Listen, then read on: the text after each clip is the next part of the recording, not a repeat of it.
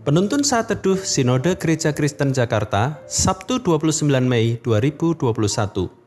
Dipimpin oleh Roh Kudus. Roma pasal 8 ayat 11-17. Dan jika roh Dia yang telah membangkitkan Yesus dari antara orang mati diam di dalam kamu, maka Ia yang telah membangkitkan Kristus Yesus dari antara orang mati akan menghidupkan juga tubuhmu yang fana itu oleh rohnya, yang diam di dalam kamu. Jadi saudara-saudara, kita adalah orang berhutang tetapi bukan kepada daging, supaya hidup menurut daging.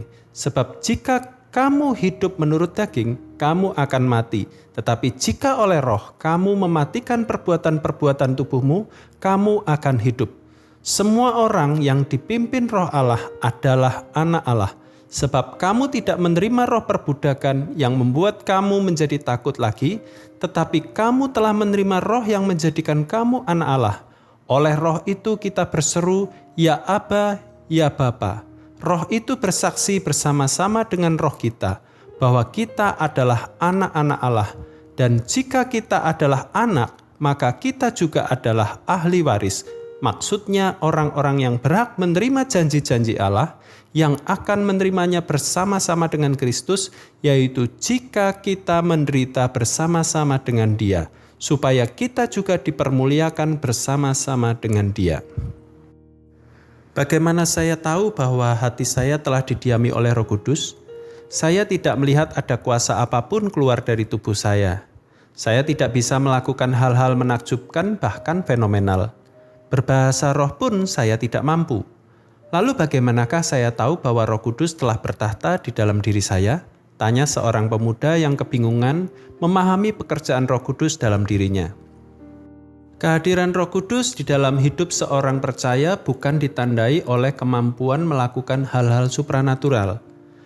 Rasul Paulus mengajarkan bahwa ketika Roh Kudus mendiami hati seseorang, ciri utama yang akan dialami adalah perasaan insaf akan dosa-dosa.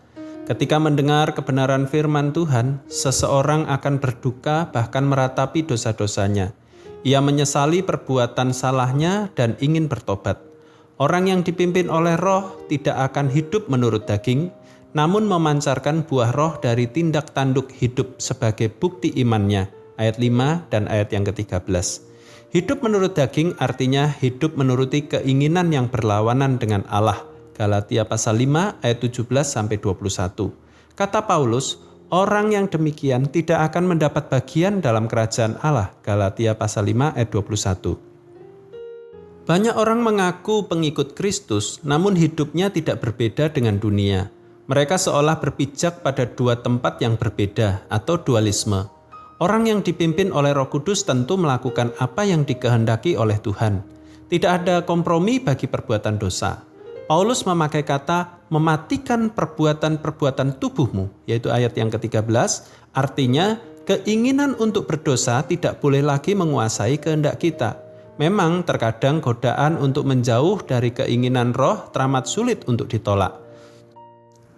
Cobaan iblis seringkali hadir di dalam bentuk-bentuk yang menarik.